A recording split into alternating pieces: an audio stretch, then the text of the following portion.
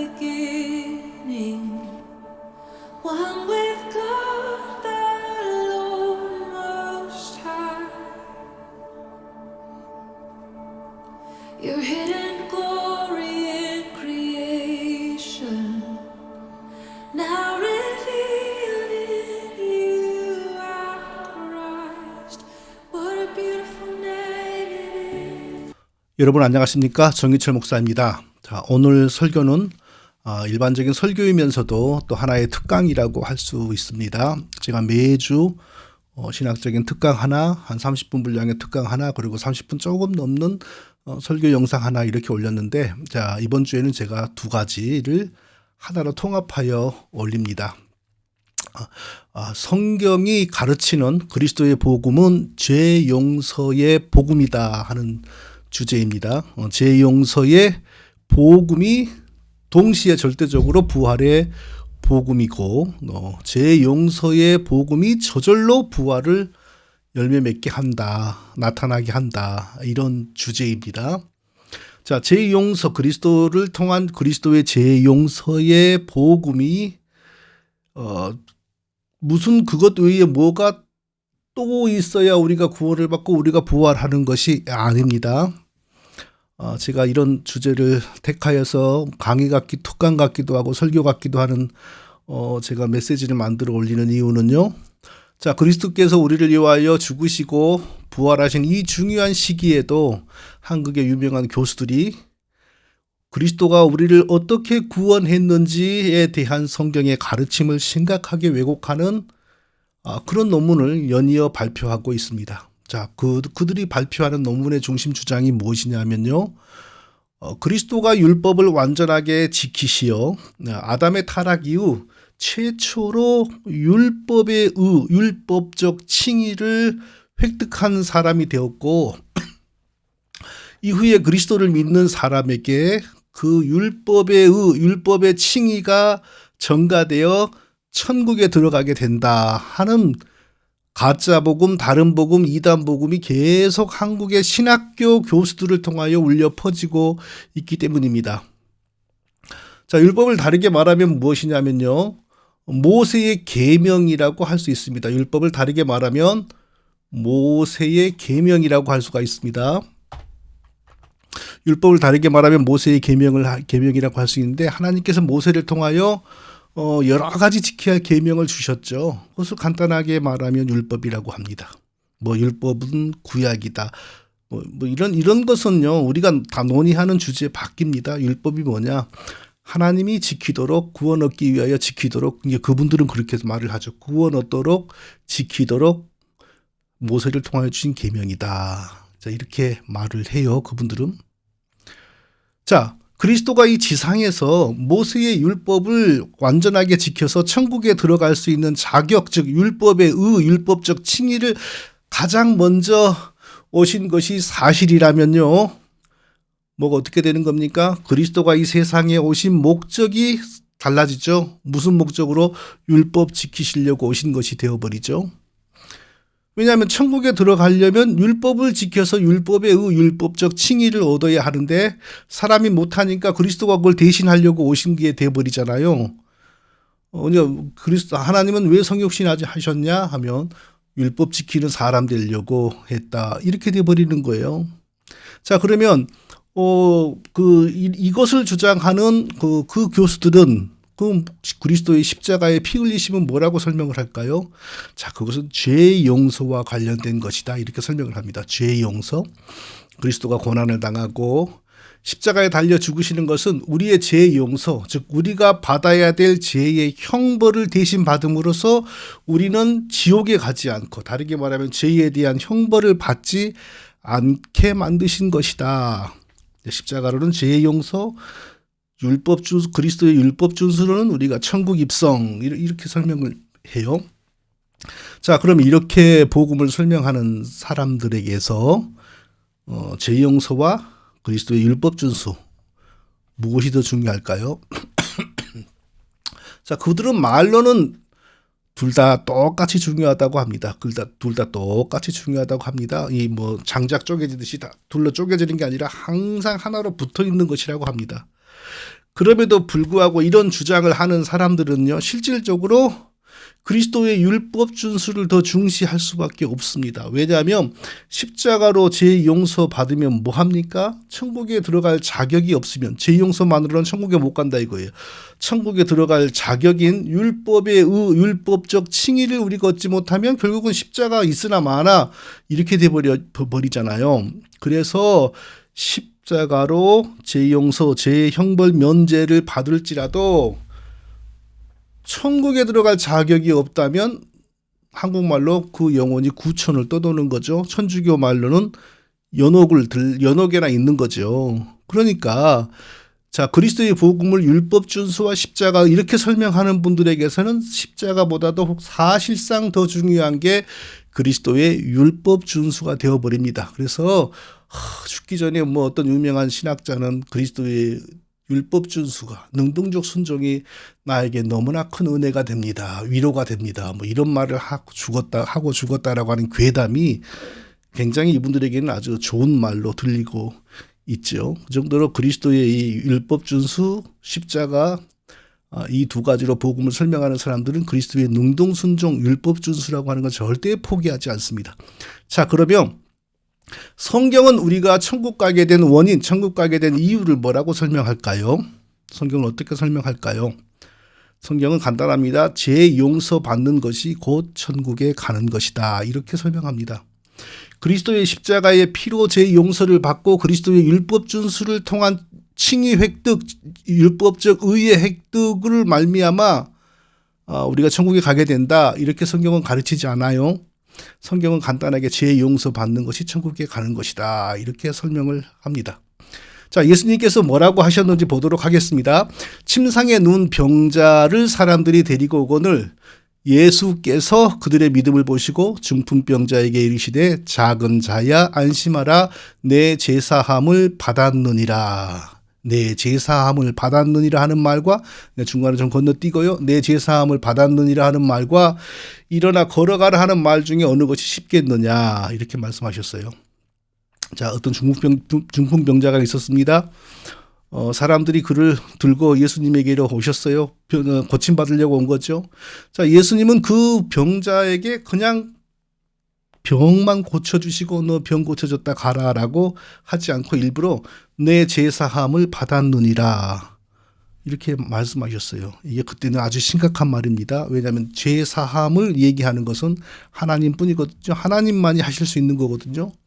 그러니까 예수님이 그런 일을 할 수 있는 구세주 하나님 사람이라는 것을 아는 사람은 주변에 아무도 없었어요. 그러니까 그 자리에서 너 병 고쳐줬다 일어나 가라라고 하지 않고 내 제사함을 받았느니라 내가 너의 죄를 용서했다. 너는 구원받았다. 단지 병 고치려고 온 사람에게 예수님은 구원까지 허락을 하신 거죠. 그러면 이 내막을 알 수 있는 사람이 그 주변에 누가 있었나요? 아무도 없어요. 아무도 없고 아무도 모르는데 아무도 이해하지 못하는 진리를 말하면 진리를 말하는 사람만 바보 되고요. 그들이 힘이 세면 그냥 바보 취급으로 끝나는 게 아니라 적극적으로 핍박을 하죠. 그러니까 특히 그 주변에 지켜보고 있는 사람들은 율법을 철저하고 완전하게 지킴으로 인하여 구원을 받는다라고 하는 율법주의자들, 쉽게 말하면 율법주의 이단들인데 그들 앞에서 내 제사함을 받았느니라 내가 너의 죄를 용서하였다 라고 말한다는 것은 맞아 죽을 각오가 아니면 할 수 없는 말이라는 거죠. 맞아 죽을 각오가 하지 않고서 이런 말을 못해요.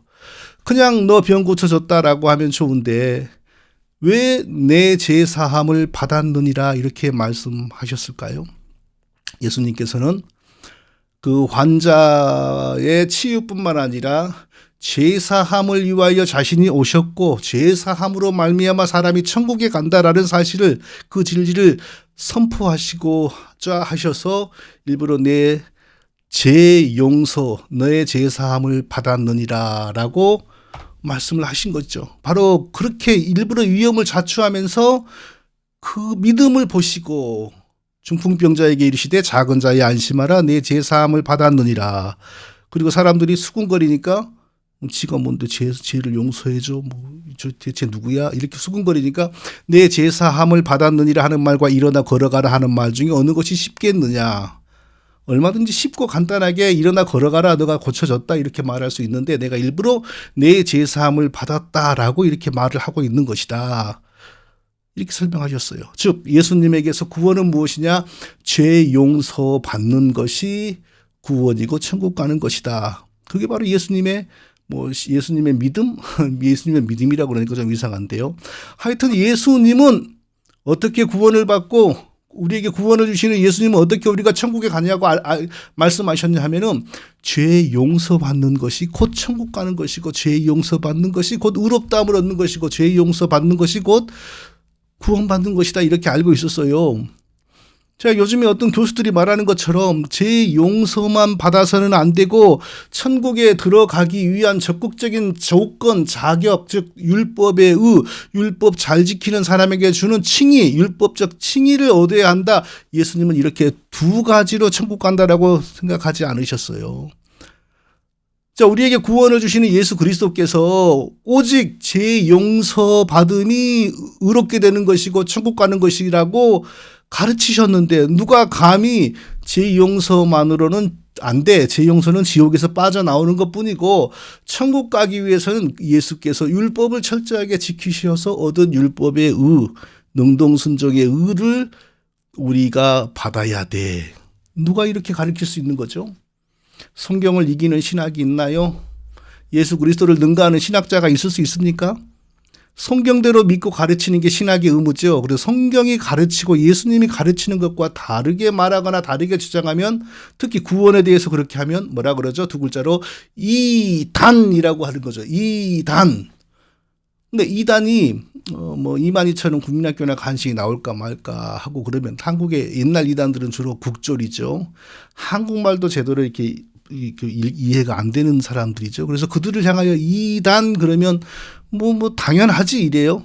근데 문제는 요즘 이 교수들은 학벌이 너무 좋고 외국에서 너무 좋은 학교에서 박사를 받았어요. 그래서 설마 저런 사람들이 이단일까? 이런 생각이 드는 거예요. 그러나 성경이 가르치는 것과 다른 구원의 방법을 주장하는 사람은 특히 예수님이 우리를 위하여 우리를 구원하기 위하여 하신 일에 대하여 다른 내용을 주장하는 사람은 의심할 것이 없이 두 글자로는 이단 그리고 조금 몇 글자 더 붙이면 이단 스타일 이렇게 되는 겁니다. 여기서 우리가 뒤로 물러나면은 우리가 지는 겁니다. 자, 그러면 예수님의 제자, 예수님의 사도 바울은 천국 가는 걸 어떻게 설명했는지 또 보도록 하겠습니다. 사도 바울이 이방인들에게 그리스도의 복음을 전하는 선교 활동을 일평생 열심히 했는데 자, 그 목적이 무엇입니까? 하나님이 택하신 이방인들에게 예수님의 복음을 믿게 하여 천국에 가려고 하는 것이죠. 천국 가게 만들려고. 이방인들이 그리스도를 믿어 천국에 가게 만들려고 일평생 설교를 했습니다. 자, 그러면 이방인들에게 천국 가게 만드는 방법은 뭐죠? 예수 믿게 만드는 거죠. 그러면 예수를 믿으면 왜 이방인들이 천국에 간다고 바울은 생각했을까요? 예수 믿으면 제사함 받고 예수 믿으면 예수님이 율법 지켜서 얻은 칭의, 그 칭의를 우리가 또 얻기 때문에 이 두 가지로 인하여 이방인들이 천국 간다고 생각했을까요? 아니면 예수 믿으면 이방인이나 유대인이나 다 제사함 받고 제사함이 곧 의롭다함이 고 제사함이 곧 하나님과의 화해이고 제사함이 곧 천국이고 구원이고 영생이다라고 바울이 생각했을까요? 자, 이 바울의 말을 이 구절을 보면요. 바울이 무엇을 믿고 복음을 전했는지 알 수 있습니다.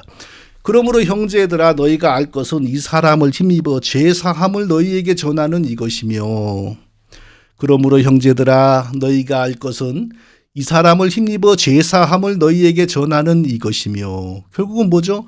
제사함 받게 하려고 어떻게 하면 제사함 받죠? 이 사람을 힘입어 이 사람이 누구죠? 지저스 크라이스트 십자가에서 달려 죽은 예수 그리스도 이 사람을 힘입어 이 사람을 믿으면 제사함을 받는 것을 너희에게 내가 알려주는 것 이것을 위하여 내가 일평생 이 고생을 한다. 바울이 이랬어요. 혹시 바울이 원래 이제 이런 식으로 원래 너희에게 내가 예수를 전하는 이유는 예수 전하면 너희가 제사함 받고 예수 전하면 예수가 율법 지켜 얻은 칭의를 너희가 공짜로 칭의에 올라타기 때문에 내가 복음을 전한다, 이런 뜻을 가지고 있었을까요? 그렇게 말하려면 너무 길고 시간도 많이 걸리니까 그냥 간단하게 너희가 알 것은 이 사람 예수 그리스도를 힘입어 죄사함을 너희에게 전하는 것이며, 이렇게 짧게 말했을까요? 그럴 리가 없죠. 사도 바울이 복음을 위해서 사는 사람인데 구원의 복음을 위하여 몇 글자 더 쓰는 게 뭐 그렇게 어려운 일이라고, 뭐 몇 년 더 걸리는 것도 아닌데 그 시간을 아끼려고 바울이 둘 중에 하나만 얘기했다, 이건 말이 안 되죠. 사도 바울이 믿는 구원의 길은 예수 믿고 제사함 받는 것, 그것이 사도 바울의 복음이었습니다. 예? 바울이 예수 믿고 제사함 받고 예수 믿고 예수가 율법 지켜서 얻은 칭의 위에 우리도 올라타고, 이런 복음을 믿고 가르친 사람이 아니었어요, 사도 바울이. 또 하나 볼까요? 에베소서 1장 7절에서 사도 바울이 뭐라고 말했습니까? 우리는 그리스도 안에서 그의 은혜의 풍성함을 따라 그의 피로 말미암아 속량 곧 제사함을 받았느니라. 자, 구원을 어떻게 설명합니까? 그리스도 안에서, 중간 좀 빼고 그리스도 안에서 그의 피로 말미암아 속량, 죄에서 건져진 것, 속량 곧 제사함을 받았느니라. 예수 믿고 구원받는 것을 설명하는데, 우리가 그 예수 믿고 예수가 율법 지켜 얻은 칭의, 그 칭의 위에 우리도 공짜로 올라타서 구원받는다, 이런 말은 사도 바울에게 없어요. 사도 바울만큼 복음을 잘하는 사람이 어디 있습니까? 근데 사도 바울의 편지에서 그리스도가 우리를 대표하여 율법을 지켜 아담 이후 최초로 율법적 칭의를 얻은 사람이 되었고, 우리가 그리스도를 믿음으로 그 율법의 의를 우리 것으로 만들어서 천국에 간다, 이런 말이 없어요. 사도 바울이 행여나 혹시나 십자가는 죄 용서를 주고 그리스도의 율법 준수 생활이 우리에게 천국에 가게 만드는 율법적 칭의를 우리에게 주어서 예수 믿으면 구원받고 천국 가는 거야, 이런 사상이 바울에게서 전혀 찾을 수 없어요. 만일에 바울이 진짜 이 두 가지로 우리가 구원을 얻는데 늘 입으로는 제사함, 예수의 피만 얘기했다면 사람들을 뭉터기로 다 지옥에 보내는 거짓 사도였죠. 왜? 두 가지를 다 믿게 해야 된다는데, 요즘 한국의 이 교수들에 의하면 두 가지를 다 믿고 두 가지가 다 소중한 교리라 그러는데, 바울은 그리스도의 율법 준수 칭의 획득 복음은 싹 감추어두고 제사함만 얘기를 했어요. 제사함을 받으면 지옥에는 안 가는데 천국에 갈 자격이 없어요. 적극적인 의로움이 없기 때문에. 그래서 구천을 떠돌아요. 아니면 천주교의 연옥으로 가야 돼요. 바울이 설마 그런 복음을 우리에게 가르쳤겠습니까? 아니에요. 사도 바울은 처음부터 끝까지 오직 예수 그리스도의 십자가의 피를 믿음으로 죄 용서 얻는 복음만 우리에게 전했습니다. 자, 골로새서 1장 14절을 보니까 사도 바울이 뭐라고 했냐면, 그의 아들 안에서 우리가 속량 곧 제사함을 얻었도다. 또 제사함만 얘기하잖아요. 그리스도의 율법 준수 칭의 획득 복음, 바울에게 그런 거 없어요. 그건 한국의 이상한 교수들이 쭈물럭거리는 이단 사상입니다. 십자가의 도가 멸망당하는 자들에게는 미련한 것이요 구원을 받는 우리에게는 하나님의 능력이 됨이라.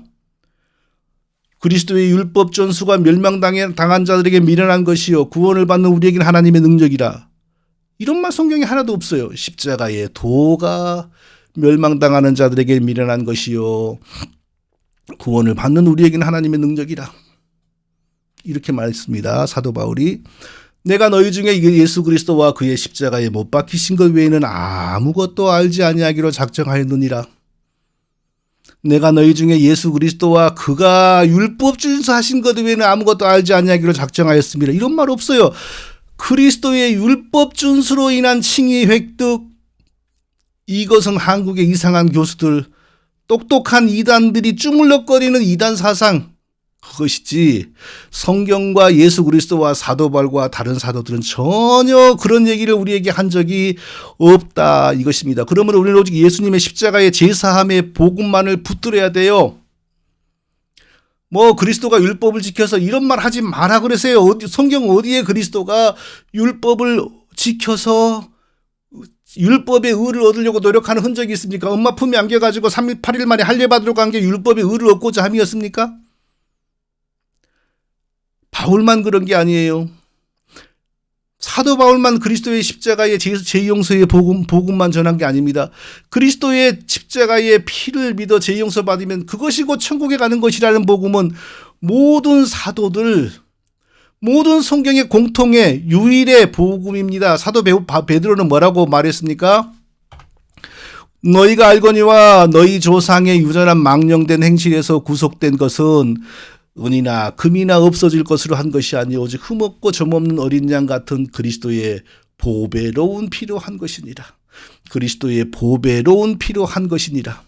그리스도의 열성적인 율법 준수로 인한 칭의 획득으로 한 것이니라. 그리스도의 율법 순종으로 한 것이니라. 아니에요. 노. 뭐라고요? 그리스도의 보배로운 피로. 우리가 태어나면서부터 가지고 온 죄성들, 태어나고 살면서 배우고 익힌 죄성들과 죄악들, 이 모든 죄에서 해방됨으로 우리가 구원을 받고 천국에 가는데 그 원인, 그 방법은 그리스도가 우리 대신 흘리신 속죄의 피, 그 피를 믿음으로 우리가 모든 죄에서 해방되어 천국에 간다라고 사도 베드로도 이렇게 가르쳤어요. 베드로의 복음 어디에도 그리스도의 율법 준수로 말미암은 칭의 획득, 율법의 율법적 칭의가 우리를 천국에 가게 한다. 이런 말 한 적이 없어요. 성경 어디에 그리스도가 율법을 지켜서 우리를 천국에 보낼 의로움을 얻기 위하여 부지런히 율법을 지키시는 흔적이 어디 나오는지 한번 보세요. 없어요. 칭의 획득을 위하여 율법 지키시는 그리스도의 모습 성경에서 찾을 수 없어요. 다 옛날 그것들의 사변이요 철학에서 온 말장난이고 쓸데없는 것들입니다. 성경은 오직 예수 그리스도가 우리의 죄의 용서를 위하여 우리가 짊어져야 될 죄의 저주를 대신 짊어지고 죽으시고 피 흘리셨다. 이것만 말합니다. 이것이 성경이 말하는 복음입니다. 이 복음이 바로 우리를 부활하게 하시고 이 복음으로 말미암아 우리 부활의 표적으로 우리 부활의 첫 열매로 예수 그리스도도 부활한 것입니다. 예수 그리스도는 우리에게 죄 용서를 주시기 위하여 죽으시기 위하여 오셨습니다. 절대 별도의 천국 입성을 위한 율법 준수의 의를 위하여 오신 것 아닙니다. 자, 우리의 죄 용서를 위하여 그리스도가 죽으시고 피 흘리셨는데 꼭 그리스도가 죽으시고 피 흘리신 것만으로 우리의 죄 용서가 이루어졌다 이렇게 말하면 안 됩니다. 두 가지로 설명을 해야 됩니다. 첫째로 그리스도는 성육신으로부터 십자가를 지실 때까지 언제나 하나님께 순종하는 삶을 사셨다. 이것을 우리가 강조해야 됩니다. 예수님은 아무렇게나 살다가 무의도식 하다가 장기만 두고 바둑만 두다가 십자가를 지심으로 우리 죄를 사하신 것이 아닙니다. 예루살렘에 비교적 품행이 방정한 건달 하나가 십자가에 달려서 죽으심으로 우리 죄가 사해진 것 아닙니다. 우리를 위하여 죽으신 예수 그리스도는 성육신으로부터 십자가에서 죽으실 때까지 언제나 하나님의 모든 뜻에 순종했습니다. 우리를 천국에 갈 자격을 만들어주기 위하여 또 자기 자신도 영생하기 위한 자격을 만들기 위하여 하나님의 모든 뜻에 순종하신 것 아닙니다. 그렇게 말하면 이단됩니다. 예수님 이미 완전히 의로우신 분이기 때문에 자기에게 없는 어떤 의를 얻기 위하여 또 어떤 행동과 관문을 통과해야 되는 그런 분이 아닙니다. 그럼 왜 예수님이 순종하셨습니까? 우리를 죄인으로 만든 우리의 조상 아담이 하나님께 죄악과 못된 짓을 저질러서 하나님의 신실하신 인격에 손해를 끼쳤습니다. 하나님을 배신함으로 하나님의 마음에 쉽게 말하면 상처를 내었습니다.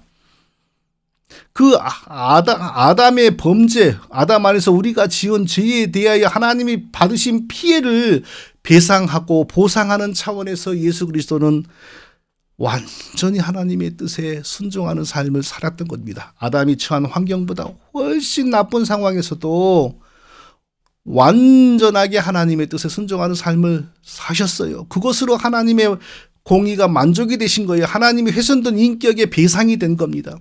절대로 예루살렘에 비교적 학식 있고 품행이 방장한 한 건달이 갑자기 십자가에 달려 피 흘리심으로 우리 죄가 용서된 거 아닙니다. 성육신부터 십자가에 달리실 때까지 예수 그리스도는 아담의 죄, 아담 안에서 우리가 하나님께 지은 죄로 말미암아 신실하신 하나님의 인격이 훼손되고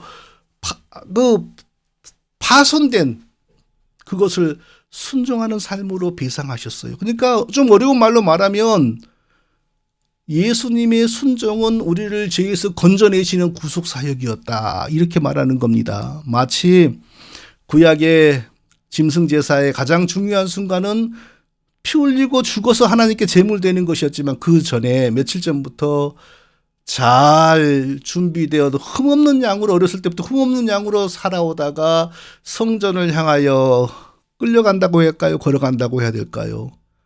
바로 예수님의 순종은 어린 양으로서의 우리를 죄에 건지는 구속사역으로서의 순종이었다. 이렇게 말을 해야 됩니다.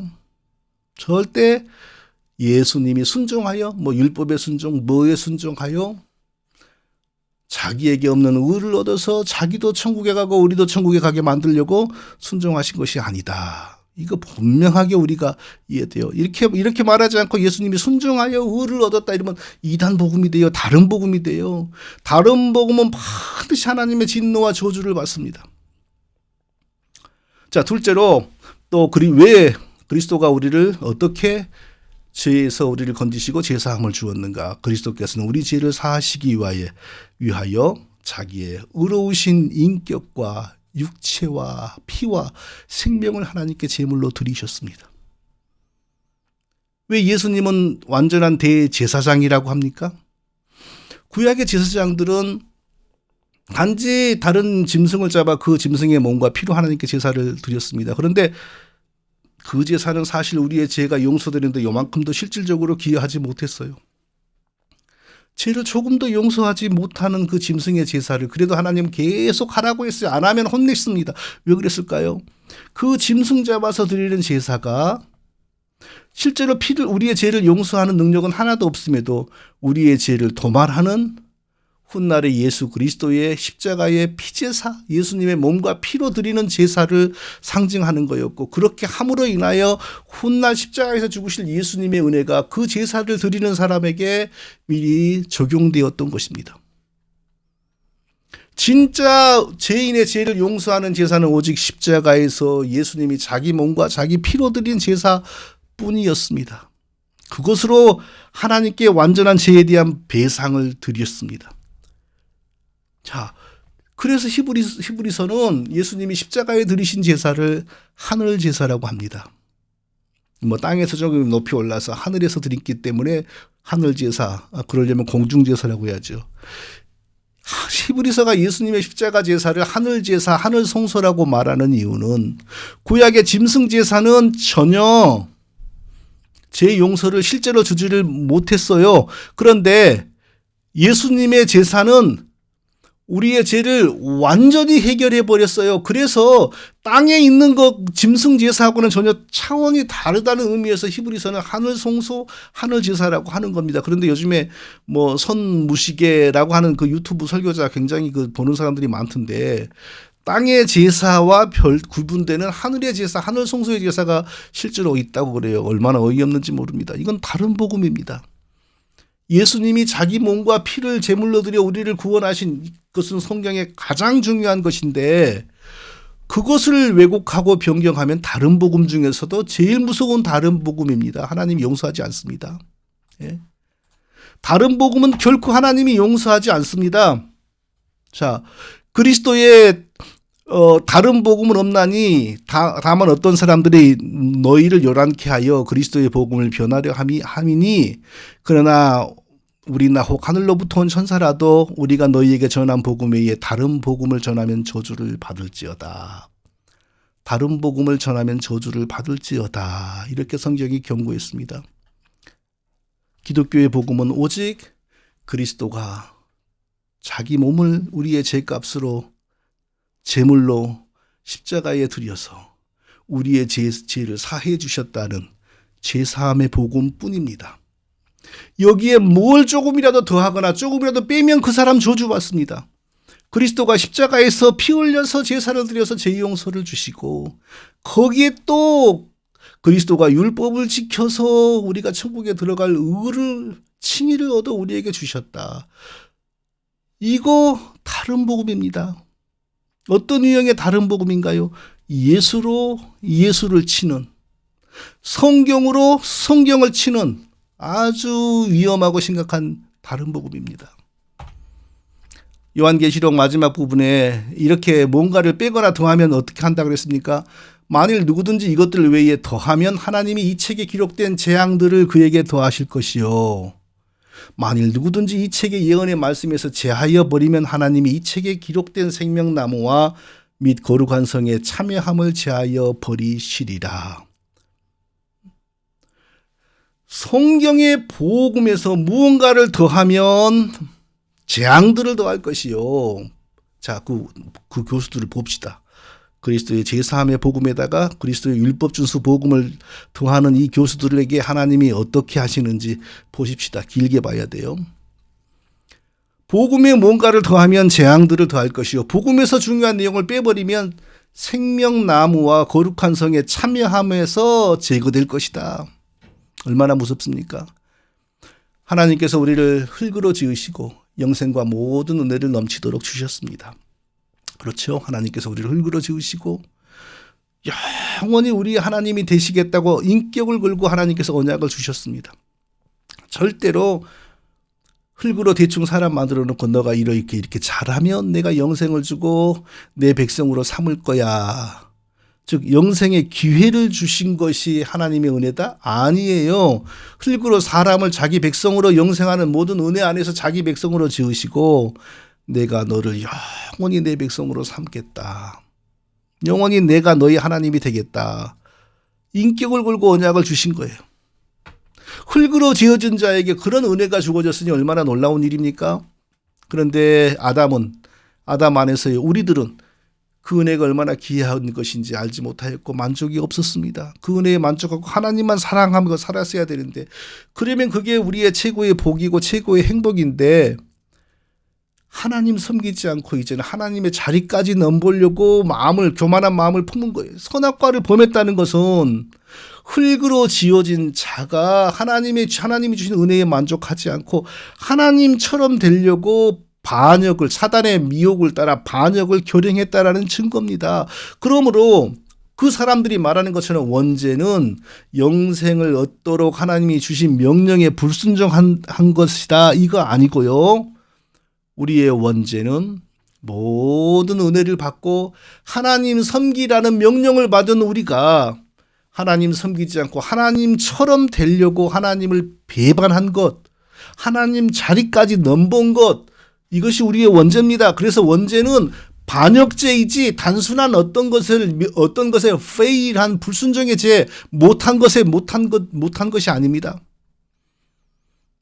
반역죄를 범했어도 일반적으로 반역죄는 반드시 죽이거든요. 근데 반역죄를 범했어도 하나님께서 우리를 죽이시지 않고 다시 회복하여 자기 백성으로 삼으시기로 작정하셨어요. 우리는 언약을 배반했지만 하나님은 자기의 인격으로 언약했으므로 언약을 배반한 우리를 버리신 것이 아니고 자기의 인격을 걸고 주신 언약을 스스로 지켜주신 거예요. 스스로 이루어주신 거예요.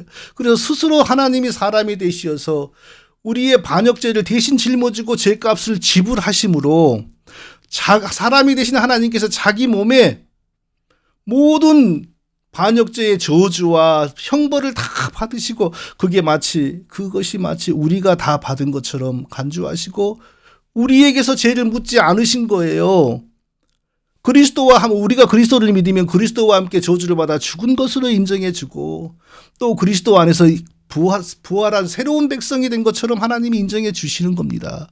이게 바로 죄용서, 예수 그리스도의 죄용서의 복음의 능력입니다. 다른 것 없어요. 성경은 오직 그리스도가 우리 죄용서를 위하여 그가 찔림은 우리의 허물을 인하며 그가 상함은 우리의 죄악을 인함이라. 그가 징계를 받음으로 우리가 나음을 얻고 그가 짹짹이 맞음으로 우리가 평화를 누리도다. 우리의 죄 용서를 위하여 대신 죄의 저주를 짊어지고 죽으신 예수 그리스도의 복음.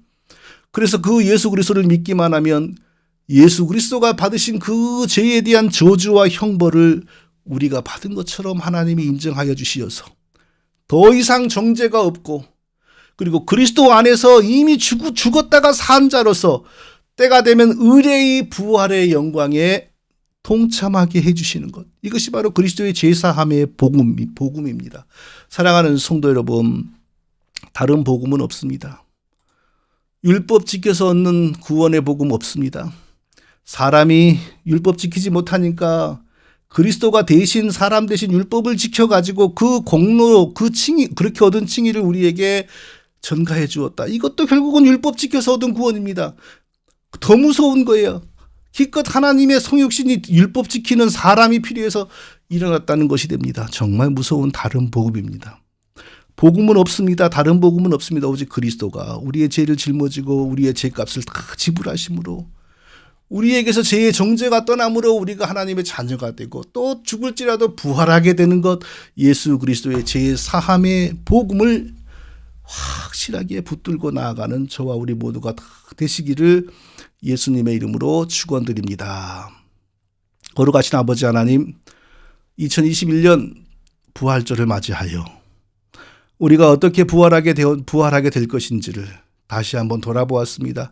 우리의 노력이 아니요, 무슨 행위가 아니라 오직 그리스도께서 우리 죄를 짊어지고 대신 피 흘리고 죽으심으로 우리에게 주신 죄 사함의 복음, 죄 사함의 복음으로 인하여 용서받고 천국 가고 하나님의 자녀가 되는 것을 다시 돌아보았사오니, 우리가 이 복음을 확실하게 붙들고 천국 가는 날까지 흔들림이 없는 죄 사함의 복음의 백성들이 다 되게 하여 주시옵소서. 예수님의 이름으로 기도합니다. 아멘.